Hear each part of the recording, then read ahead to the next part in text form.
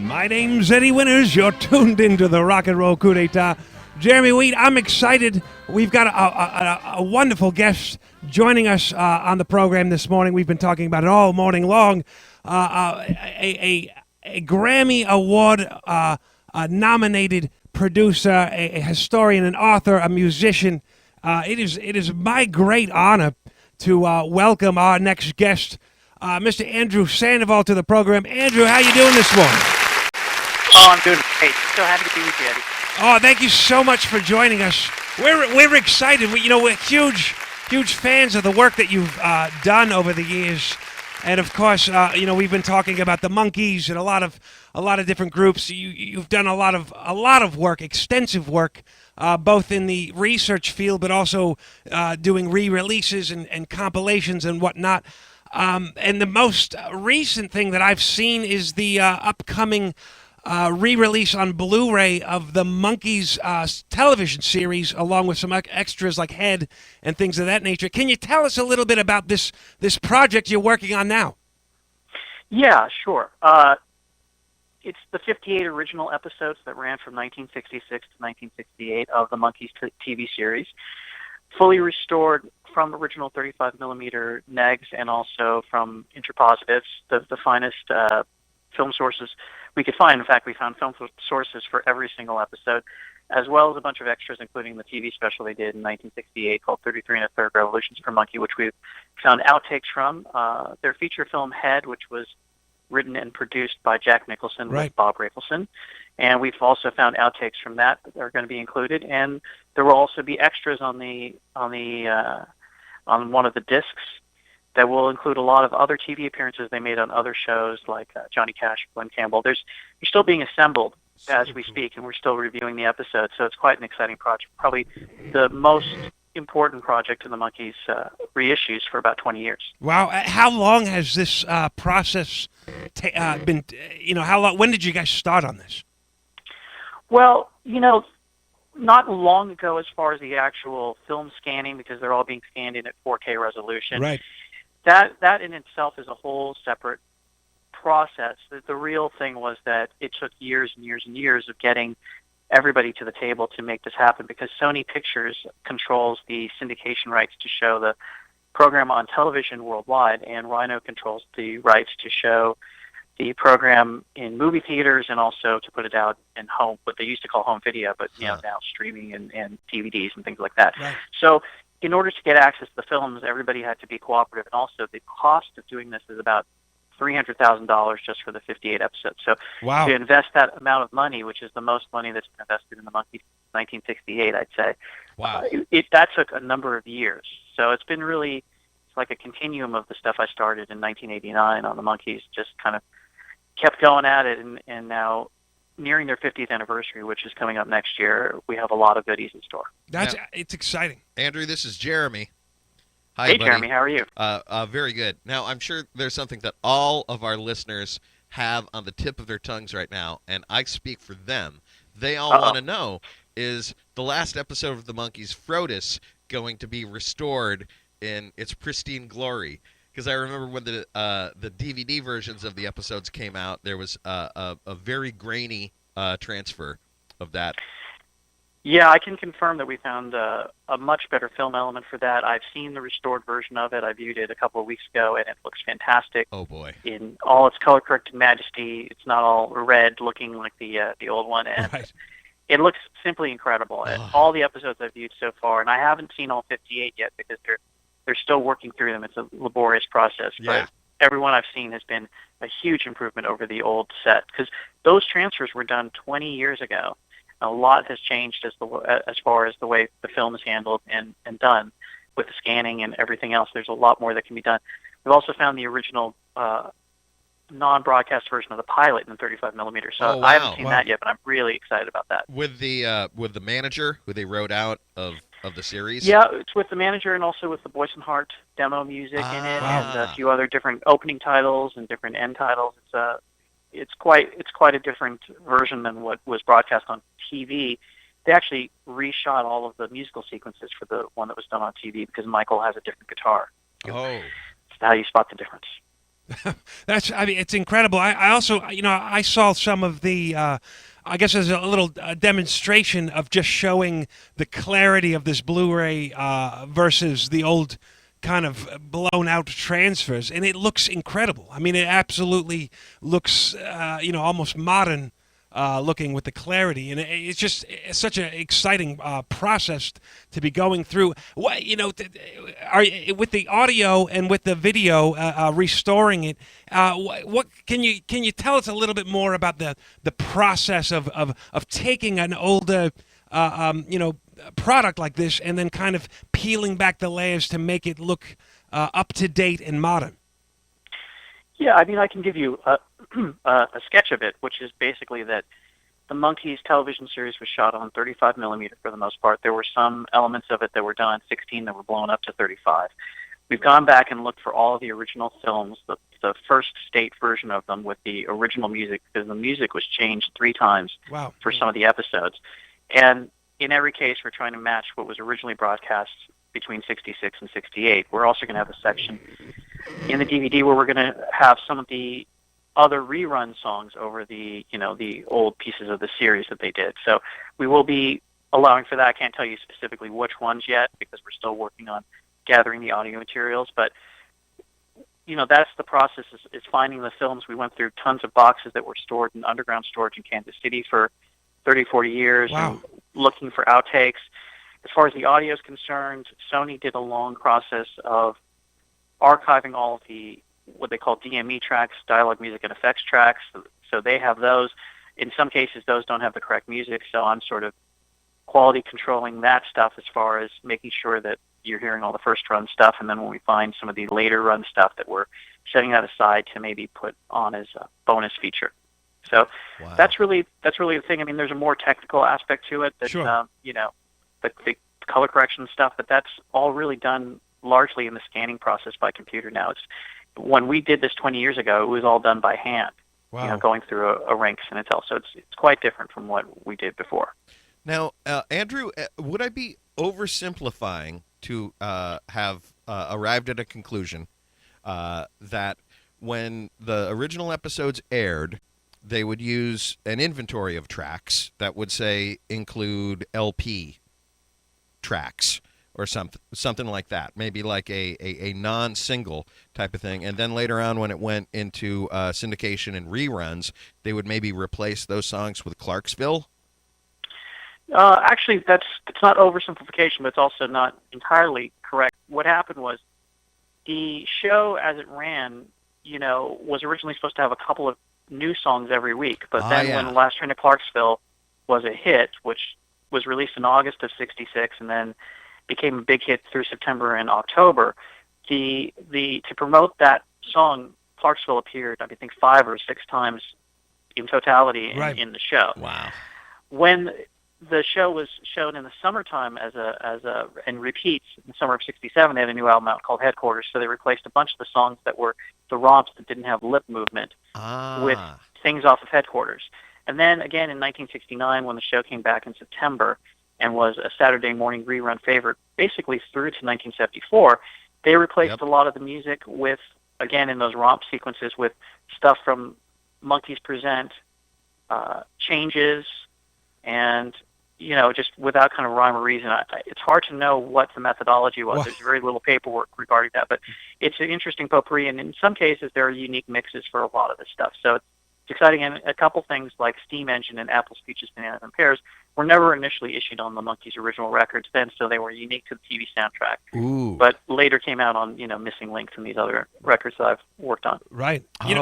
Missing Link. That was those were the first exhaustive explorations of kind of the Monkees' deep cuts. Yes. Rhino LPs originally, right? Yeah, Rhino LPs. The first one I worked on was Missing Links 2, and I got involved in that through Bill Inglot, who had been working on Monkees reissues for 5 or 6 years at that point, and he really spearheaded all of the initial research and finding the Monkees tapes, and I'm quite grateful to him for getting me involved in all this, and for sort of starting me off to do all the things that I've done up to this point. He and I worked on a lot of other records including the Left Bank, Pretty Things, and the Trogs. And Oh yeah, Right. so much of the music White I was Button, listening Mindbenders, all to that stuff. in the '90s just went through Bill Englund. Like Yeah.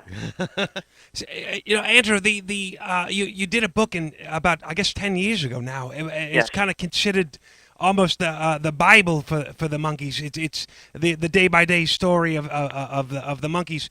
What that kind of knowledge, that kind of history. Obviously, you're doing a lot of the when you're doing a lot of the I guess re-releases and things of that nature.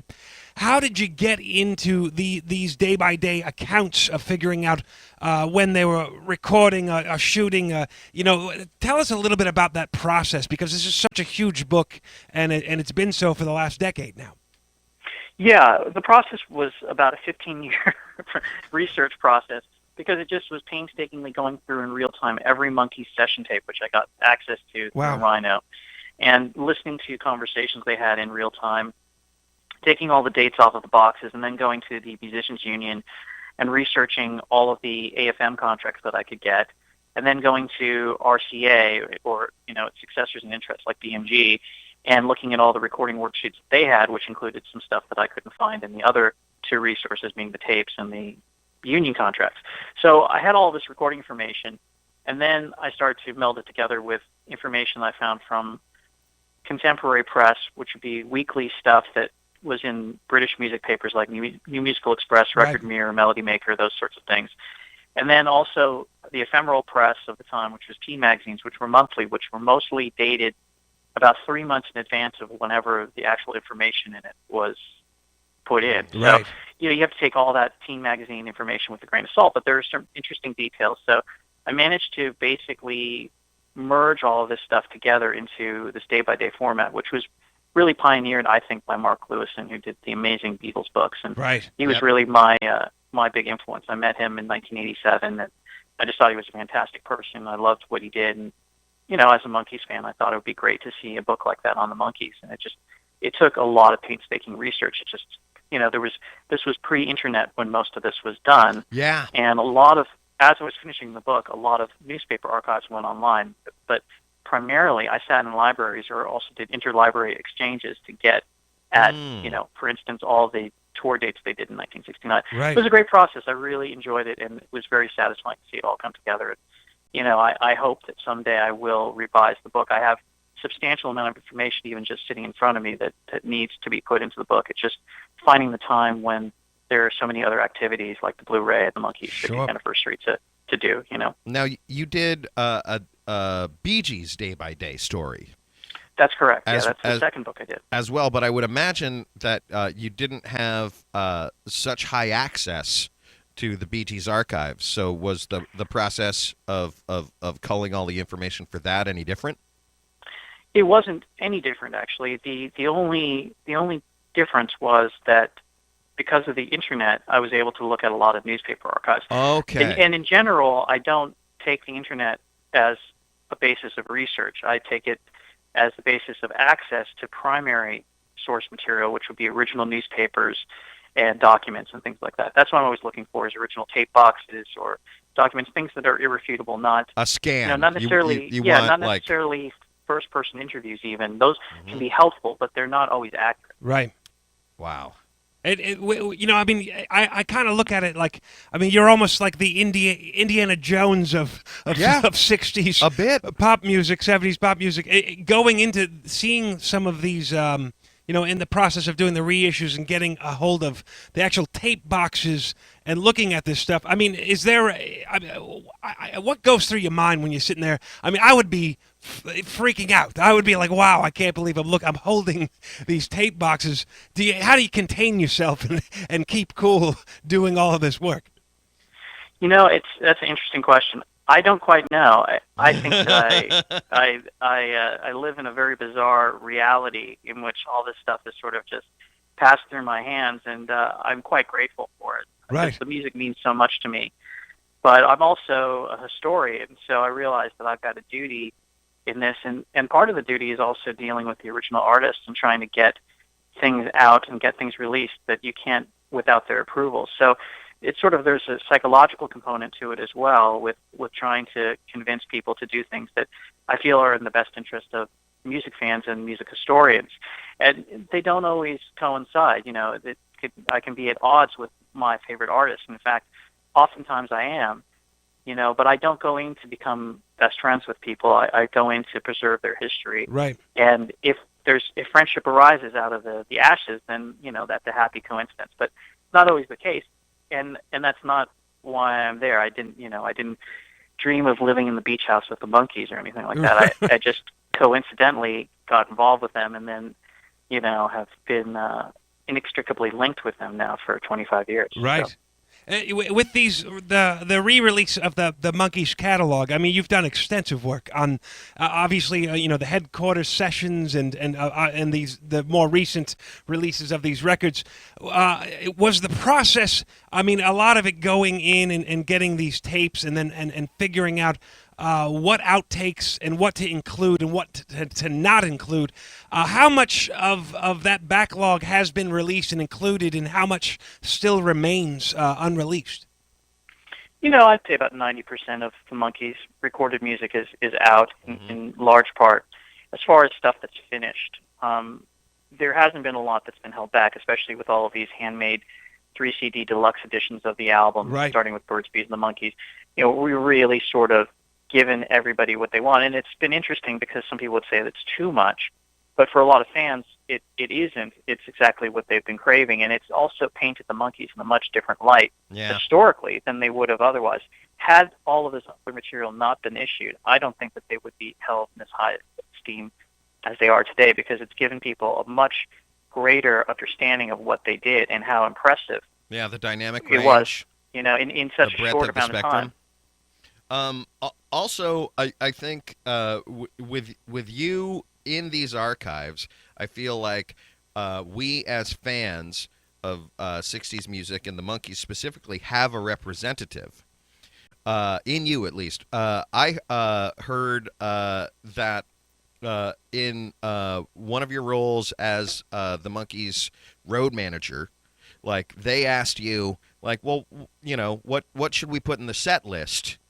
And you were the guy in the foxhole recommending, well, I think your fans would probably like to hear some songs from Head. And it's my understanding that, Clarksville and Believer and none of that stuff went out the door, because those are the songs that put butts in seats. But we also, people who went to those shows got to hear Porpoise Song. Is that kind of how it happened? Well, somewhat, but more specifically, what happened was in about 2009, I began discussions with Mickey, Davey, and Peter about going back out and doing Monkee shows in purely a managerial standpoint, not as their road manager, but actually somebody who was organizing the entire production. And I became the show producer for these concerts. And so, I did put together the set list specifically in 2011 with Davy Jones. And then from there on, 2012 and forward, really kind of on my own and with some input from the Monkees. But, they really like direction, and it's important for them to have a solid foundation so that they can do what they do best, which is to perform. And so we got them to do all kinds of other songs, and also added the multimedia aspect back to the show that they had in the 1960s. Right. It really tied it all together. And so it's been a very proud thing for me, and that's really kicked off what has been the next phase of my career, which is being a show producer and a music manager. In the last couple of years, I did tours with British Invasion, which is this package that I've done. I've loved 60s music all my life and been to a lot of oldies shows, as they call them, or package shows, and been really disappointed because the artists kind of do crappy sets. Mail it in. It's depressing in some respects because they're doing covers and all this other extraneous material, and you're not really getting the best out of the artist. And then you go to see one thing and you don't necessarily like everything on the bill. But I tried to build a really good bill with my co-producer Keith Putney, and we had Peter Asher, Peter and Gordon, Chad and Jeremy, Billy J. Kramer, Denny Lane, and Terry Sylvester from the Hollies, and Mike Pender, who was the lead singer of the Searchers, who hadn't been to America really in 50 years. Wow. So, it was important stuff to do, and then they did fantastic sets. I mean, they did short sets, but they did, I got to have input into what they performed, and also had visuals, and treated them really well, and I thought it was was a great thing to do for my heroes. Man, how cool! When you do something like that, is that? I mean, it's part producer and it's part fan. Like, how do you balance the? Are you thinking like, how do I get the best out of these guys? In a stage show, how do you approach that kind of conversation with artists? Well, being a fan doesn't help, unfortunately. Right. I mean, you think that telling them that how much you love this or that, but then they sort of say, well, you don't understand. You've never been on stage. You don't know what it's like to make a record. You don't know how to work an audience. And then that's a point where I say, actually, I have. Right. I used to tour with Dave Davies. I used to be a professional musician. And I have been on stage and performed in front of a lot of people, maybe certainly not as many as any of the people I deal with. But I made records. I understand how to produce a record. And that doesn't mean that I know more than them, but I have some understanding of what they do. And, unfortunately, there ensues usually an argument because they'll say, well, we really want to do our new power ballad, or we want to do this right. or that. And there has to be some sort of negotiation where, in order for them to do that, they have to give up something else. And where that comes in is that if I'm paying them a guarantee and they're walking away with money and I'm writing the check, I'm essentially their boss for this run of shows. Right. And so, they may say, well, I don't want to do that, or I'm not going to do that, I'm not going to be part of it. And then you say, okay, well, I understand, I respect you. But if they say, well, I want the money and I just want to do whatever I want, then you say, well, we have to come to some kind of compromise. Right. So that's where it comes down. And often people, I've been told by a lot of the artists I work with that horrible taste, that I'm a terrible person, and all sorts of other things. And it does hurt in the moment, but I know that there's a greater sort of outcome.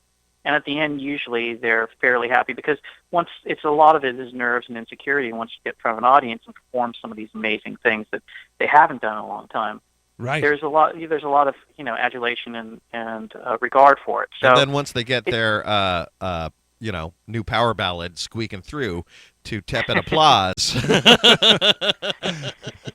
Yeah, but they see it Without much naming differently. names. I mean, their new music is like the best music, and what they did in the '60s is usually some crap that they had to churn out in 15 minutes. Right. Unfortunately, that's the stuff that we has resonated with us as music listeners. But telling them that the significance of it, oftentimes, unless it's like a pretty young girl or somebody telling them this, they don't care. Right. It's a music fan, someone who looks like them. They're like, yeah. So, Andrew, you'd mentioned, we talked about it. I mean, you did release several recordings on your own, EPs and albums. What made you kind of decide that you didn't want to do that? I mean, obviously you're very busy doing a lot of different things, and adding artist, a musician to that list is just incredible. But I mean, why did you decide to not do the music pursuit of your own and go helping other groups instead? Well, because I wrote and recorded 5 albums of my own, and I really thought that was enough. I mean, most artists don't even make that many albums. Right. And there really wasn't the demand for me to do much more. I'm very proud of those records, but I think being a sort of a historian and biographer of other people and looking at other people's trajectory and understanding the way things work, I thought I'd leave well enough alone. I was quite happy with what I did, and I think I learned a lot, and I think the later records are better than the early records, although I think just like the way I feel about other artists, the people who are fans of what I've done could probably tell me differently. I just felt that it was good to give it some space. And in fact, in the last 2 years, I've just been recording again, making a new album with Hunter Lee, this musician and writer in Tacoma, Washington, under the name of The Low Humbles, and that's coming out in January. So wow. It's the first record I've collaborated as a songwriter with someone else, and it's been really satisfying and gratifying and fun.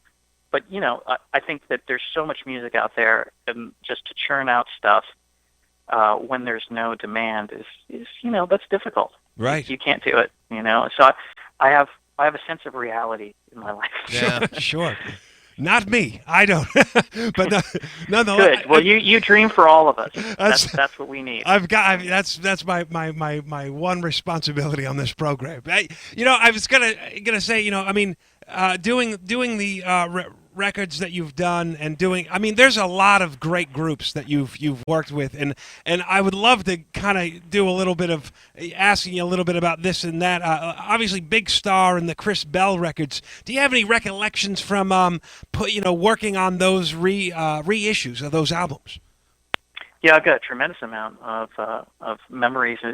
It's sort of the recent past because it was done mostly around between 2007 and 2009. We did the Big Star box set for Rhino, Keep an Eye on the Sky, and that was an incredible journey. And then also reissued Chris Bell's Eye on the Cosmos as a double CD for Rhino Handmade. I think that's come out again through Rhino, I think, as a regular retail package. But I got to go down to Memphis and spend several weeks and months sort of talking and toing and froing with the people who worked on those records originally, including John Fry, the amazing engineer and producer, and Jody Stevens, the original drummer. Of course. Had some interaction with Alex Chilton and Andy Hummel, and then, Carol Manning, a bunch of other people who worked on those things, and it was one of the great experiences of my life.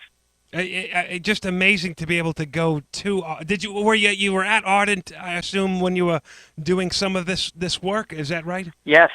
Yeah, I was at Ardent going through tapes, and also, I got to play Jody Stevens' drum kit. Wow. And Chris Bell's brother, David Bell, came down and brought down his guitar. And wow. I got to play Chris Bell's guitar that he played on the #1 record. Sure. And, check out the Mellotron that they still have down there that's all over Big Star 3rd. Gosh. And, so as a big fan of that stuff, I really soaked that in, as well as doing the important work of getting the set together. So I was a compiler on that set, and then I had co-producers as well, Cheryl Pawelski and Alec Palau, who contributed a lot of background to other bits of it, and actually made it happen, financially. Right. Listening to the Chris Bell record, on some of those tracks you hear a little bit of like tape distortion. I assume from tapes being in storage for 35, 40 years, things of that nature that kind of make those recordings unique. You realize how vital these recordings are, and did you, what was the, I guess, the state of these tapes and things when you got to Ardent and you were looking at it? I mean, obviously some of this stuff is, one, I guess, copy of it existing, that kind of thing. Yeah, the tapes were in mostly good shape. The biggest problem I had was with an Alex Chilton recording of Motel Blues. That had a ton of tape issues and problems, and I actually had to sit and methodically edit that together. Wow. Because there was so much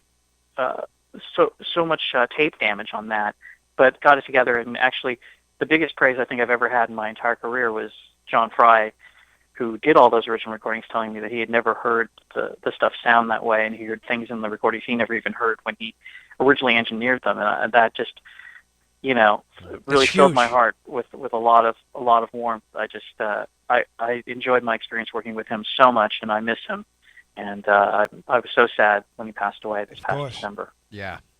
You mentioned earlier about performing with Dave Davies. Dave Davies, obviously, he was on our program a little while back, and but you also worked on the Kinks re-releases, if I'm not mistaken. Can you tell us a little bit about that process, working and approaching some of these original Kinks recordings and issuing stuff that's never been released before? Yeah, well, that's been probably one of the most exciting projects of my entire life, because the Kinks are one of my favorite bands of all time. Of course. Really, and their music has meant more to me than really almost any other group on the planet. And actually, having performed with Dave Davies was great insight, but it didn't really help me or get me this job working on the Kinks, because primarily I've been working with Ray Davies, his brother, who is the songwriter and producer of nearly all the Kinks records. And getting him to allow me access to tapes and saying okay to releasing unissued material has been a multi-year process. It's a very slow process, but very gratifying, because I have managed to get some things out, and he's one of my great heroes and a totally enigmatic figure in so many respects, and someone who I'm fascinated by. So it's been a real journey and incredible. So it really started about 10 or more years ago when I did the 3-CD version of the Village Green Preservation Society, right, and kind of has carried through. I did all these deluxe editions of the original Kinks Pie albums that came out in 2009. Or no, they were started in 2009. They came out in 2011 or something like Wow. that. And then this past year, the Kinks Anthology, which covered the years 64 through 71, is really one of the landmark reissues of the 25 years I've been working. It is one of the most significant pieces of work I've ever done, and I'm so incredibly proud of it. To have unissued Kinks material, have access to multi-tracks, to remix a bunch of things, and to present the Kinks as I heard them. I mean, Ray only changed a few things on it, and it's the record I'd want to do when I was in high school. Wow. So it was completely a thrill. And how were these original Kinks recordings? Were they done? Is it 4-track and then eventually 8-track when it got to the middle of the '60s? What kind of tapes are you dealing with when you're looking at these? Yeah, the Kinks are much more primitive in the respects of recording, and right. They didn't start working on 8-track till 1969 with the album Arthur. Wow. So all of the Village Green Preservation Society multi-tracks are 4-tracks, and then Something Else is also on 4-track. And prior to that, Face to Face is a mixture of 4 and 3-track, Jeez. where there are still tapes. And then, even earlier than that, some of the stuff is just mono or 2-track. The original Pie recordings sound quite good. The mixes are quite a bit different. I mean, Ray definitely had a sonic vision for what he wanted in a lot of upper mid-range and extreme bass and other things that are sort of the imprints of the Kinks recordings. And I think trying to make them sound too polished or tart them up, for lack of a better expression, is the wrong thing. So I referenced all the original Pie UK vinyl, which I've collected over the years, Right. and tried to match it to that, and then certainly where it sounds better, not make it sound worse, but use that as a guideline. And that's what I do with reissues. I always have an original piece of vinyl to reference off of, to know what people might have heard back then, because if you're not referencing that, then you just have no reference point at Right. all to really start and do your work. You're just kind of off into la la land, I think. Right. But that's It's amazing. One of the other records that you've worked on was this the Harry Nilsson, the project there. Can you tell us a little bit about how that came about and getting to go through all of these Harry Nilsson recordings? I mean, it sounds like such a dream job to be able to go through all of these vaults and pull things and hear stuff that no one's heard in years. Yeah, that was unbelievable. I mean, I'm such a Nilsson fan, and been on the periphery of the Nilsson catalog, knowing some of the players like Curtis Armstrong and certainly Rob Santos, who produced the RCA albums collection with me, Right. for many, many years. And then when this opportunity came up and they said they were going to do this box set, I got to compile what would be on all the bonus discs and then add a bunch of bonus tracks to the 14 original RCA albums. So that involved going to New York and going through a lot of tapes. Wow. And also, supervising in real time the way the 14 original albums would sound and making sure that they were all right. And Vic Anasini did the mastering of those and did the mixing for a lot of the unissued tracks. Did a fantastic job. It was a real dream job again, and a landmark. I mean, certainly the biggest box set I've ever done. Sure. And then hopefully there's another Nilsson project I've been working on that's going to come out soon, which I'm very excited about, through Sony again. And, I'm just incredibly in awe of Harry's talent. And again, one of the biggest accolades I ever received was, hearing from his sons and daughters that they didn't have all of his albums, and they got to have this collection. At last they had their dad's music all in one place. They could listen to it and enjoy it whenever they wanted. And it made me feel really good, because that, despite all the years that I've been doing this, it doesn't always happen. A lot of times the artists have other things that are on their mind. So Sure. to get feedback from a family or original producer, something that's positive, is it's a rarity, and always so gratefully welcome. Well, everything that we've talked about today, and it got me thinking about it when we were talking about the Kinks. Like, they have a legacy that people are aware of, but there's also something deeper that anyone with the time or the interest who found the reissues or the bootlegs or whatever would know, and that is that the songs that people are aware of aren't necessarily the most rewarding ones. And, with the Kinks stuff, you were working on things like Village Green Preservation Society and Something Else, and albums that came out in very truncated form here.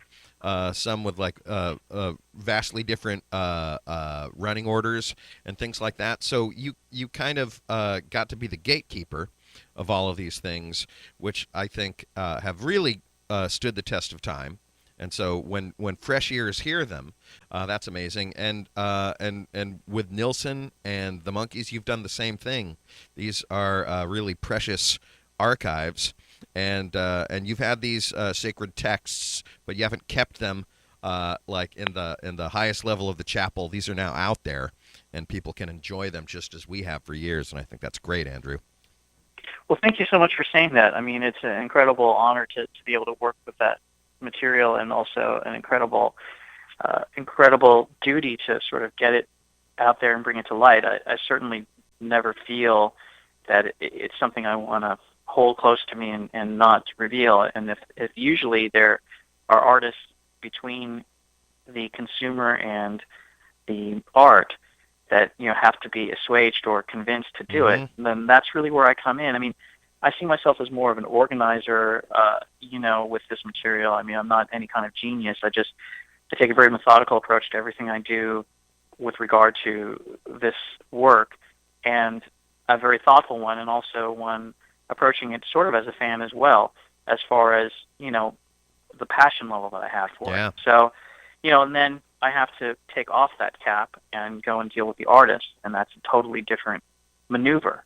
And it's an important one, because what a lot of fans and consumers don't understand is how difficult it is to deal with artists when you're trying to pry away their prized possessions from them to have a wider audience. And I understand that it's painful. And I guess I have a little bit of that pain in myself from having done my own records. I mean, Right. Not that I'm sitting on tons of outtakes that I haven't put out, but I understand that it means a totally different thing to them. And also, it's a very important lesson to learn if you want to get involved with any of these people, that there's a great bit of difference between the artist and the art. They're two separate things. Yeah. The artist is a person, a human being, but you wouldn't necessarily, have them over to your house to water your plants regularly. I mean, Right.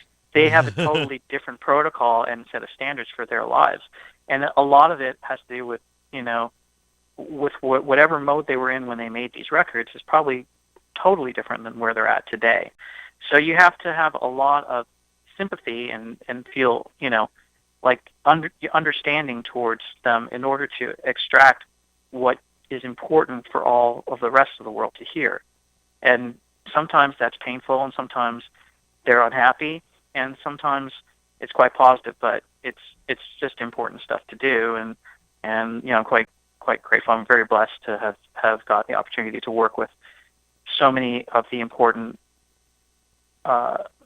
pieces of art and music from the last 50 years It that would I have to love. be said. But also, frequently as fans, our relationship to these albums is very different from the one that the artist has. So, like, where our experience might be, oh my God, I've heard of this album, it sounds great. They got kicked off the label for it, so you spend years tracking down a copy, and you finally have it, and so that story is rich. But for the artists themselves, it might be the album that kind of like degenerated relationships Right. with the label.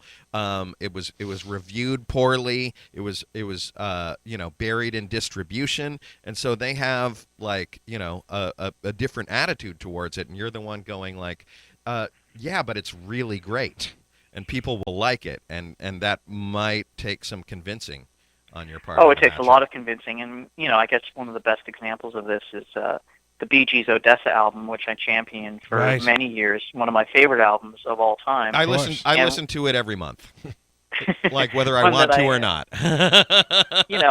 I did a 3 CD reissue of that album, I think, in 2008, and it was actually completed, I think, in 2006. It took 2 years of begging and pleading. Wow. And the fellow who ran Rhino at the time just could not understand why I wanted to put out this record Wow. in a 3 CD edition.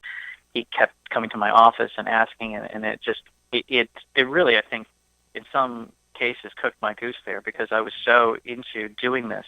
And then when I went to go speak to Barry Gibb about it after the record came out, he just said, people talk to me about this album, but all it represents to me is a lot of pain. I just remember a lot of bad times. Wow. And, I'm sitting there clutching my copy of it, and very sincerely looking in his eyes and telling him how much the album has meant to me in my life. And he's just saying, this record is very upsetting to me. I'm very upset. It just brings back all these bad memories. And frankly, when you think about it, he's right. I mean, it represents the breakup of his family, Sure. his brothers. When he's in his early 20s and they're in their late teens, they're in this incredible process of growth, and they're doing all this amazing stuff. This big fissure happens, and they do come back together, but they suffer this pain from 1969 through the rest of their career and their lives. In some respect, there's some pain there that lingers to this day. Yeah. The most recent reissues I did was this Robin Gibb set. Of course. Saved by the Bell. Completed. My favorite work. reissue of 2015, hands down. That That'll was be a the one to 10-year beat. project. That was a 10-year project. Is that right? It took a complete commitment from me to never give up on it, and just amazingly that Rhino and Robin's estate agreed to do it. It's a landmark reissue as far as covering so much unheard music. And when I spoke to Robin about it, he was of two minds on it too, because it represented a painful period, and the very mention of that music was upsetting to the family. Wow. Because it represented him breaking away from them and showing people what he did on his own. And, I never take the viewpoint, well, this is more important than your family. I just take the viewpoint, I'll bide my time and hope that the wheel will turn and we'll get to present this. Right.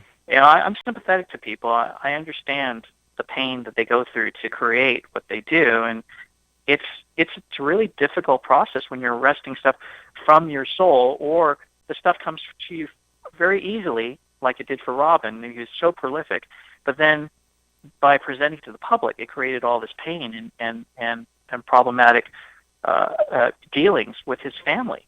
That it's just such a different thing from being just simply a consumer or a fan of Right. the music. You go to the store and you make this discovery, and it's a happy thing, much like when you're a songwriter and you wake up in the morning and you come up with this amazing song. Then getting it to the public is this whole other process. Yeah. And then what happens with it after that is something completely different. And that's this great disconnect. And so I have to find this sort of void to kind of fill it sometimes between the artist and the art in order to get it out to the public. And sometimes the artist is not involved, or they passed on. It's a daunting process at times, but it needs to happen. At least for me, Right. I care enough about the stuff, and financially, it's not a big money spinner really when you work on something for 10 years. Right. But Yeah. it's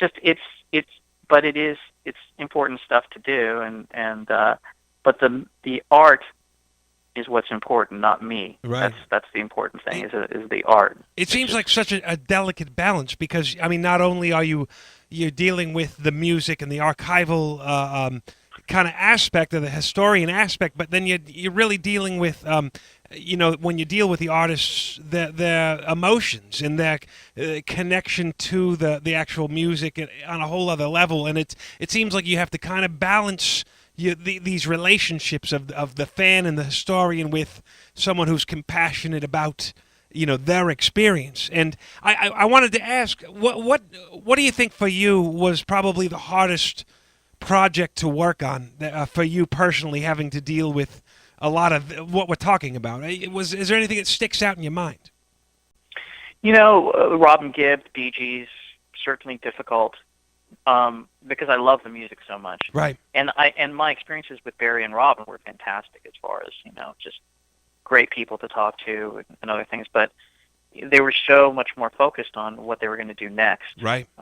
To a large extent, and because they've been so successful as contemporary artists, it was difficult to argue with them that it was important to have out an alternate take of Red Chair Fade Away, versus Right. whatever they were going to be working on then. They were quite good about letting a lot of stuff out, but it that whole project got stalled, and also dealing with the commercial aspects of the record industry sort of imploding in around between 2005 and 2009. And that was difficult for me, watching my career that I'd built in reissues completely go away, Right. and have to reinvent what I did and how I did it. So that in itself was painful. But I don't really feel any scars from any of that stuff. It's more experience. I'm here to learn, and I just learn more about the artist and learn about how to do things in the best way I can, so that the next challenge I have, I'm a better person to actually try and mount it. And some of these things are just waiting out situations, Right. Years and years, like the Monkees situation with the films and things like that. They knew about these head outtakes going back to 2010 when I was the consulting producer for Criterion, working on the BBS box set, Right. and I was just despondent watching the stuff just fragment. I mean, the emulsion was falling off this stuff, and just knowing it was decomposing, it just was heartbreaking to me. I didn't know what to do, and when I went to go speak to Rhino at the time, there's different people there. They were like, "We're not gonna invest in this. Well, you own it. This is an important asset." No, we're not. Wow. We have other things we want to do. That's Wow. not. We're not into the Monkees, and we're not into you. Go away. Jeez. So Jeez. I had to take that and then just Put it aside. Rejection is an important part of the process. You have to understand it and not give up. It's absolutely. I mean, the body of work that you are associated with is just incredible. And I want to say, I mean, you've got a lot of stuff. Obviously, we're talking about in January the release on Blu-ray of the Monkees series and Head and 33 and a third revolutions. There's a lot of stuff. Is there anything, I guess, beyond this Monkees release that's coming out? Is there anything else on your, on your scheduled book that you're anticipating? Hopefully, will get finished. I guess in the new year or at the end of this year. Yes, the first thing you'll see in December is a release of the complete recordings of them, the Van Morrison them, as far as all the recordings he made with them between '64 and '66, including a whole disc of mostly unreleased bonus tracks, outtakes and alternate takes and demos, which has been an amazing project I worked on with Van this year. And so that's coming out in December from Sony. And then in the new year, you'll probably see from Sony a deluxe reissue of the Kinks Everybody's in Showbiz, which has been a long process as well. So that's still being formulated now. You'll see more Kinks reissues, possibly another anthology. Working on a box set of mono LPs as well. And then from Perez Saraband, the Zombies complete BBC recordings, including some unissued recordings, is coming out. Fantastic. As well as a reissue of the Easy Beats Good Friday album, Nice. which is one of my favorite albums of the 60s. Right. Wow. That's, I know we're going to wrap this up, but Andrew, this is, semi-serious question. When do you sleep? Like, when do you have time? When do you have time to rest? Because it sounds like you are around the clock, always working. Yeah, not a lot lately. Not a lot of sleep lately. Also, but there's a small window. We got this window to sort of go through, and I feel increasingly like I'm running out of time to do everything that needs to be done. Right. Especially while in the physical medium. But it's the adrenaline and the happiness and the just the great music sort of keeps me going, and so it's a good time to be working in this stuff, and certainly a lot of dream projects are coming true. Oh, really? When we were scheduling this interview, Andrew, you mentioned that you had to do some morning lacquering. Yeah, I'm cutting some lacquers for them, the original two Them albums that came out on Decca. Wow. See, I thought we were talking about furniture making. I thought you were like, no, there was yet another layer to your Renaissance man.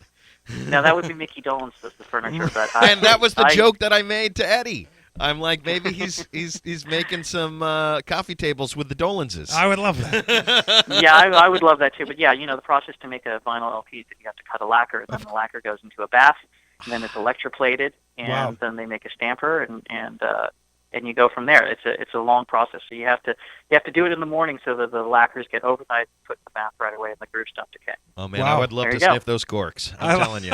I love it. Well, Andrew, I want to say thank you so much for being on the program, sharing all of these great insights and talking about these great releases and re-releases and projects that you've been working on.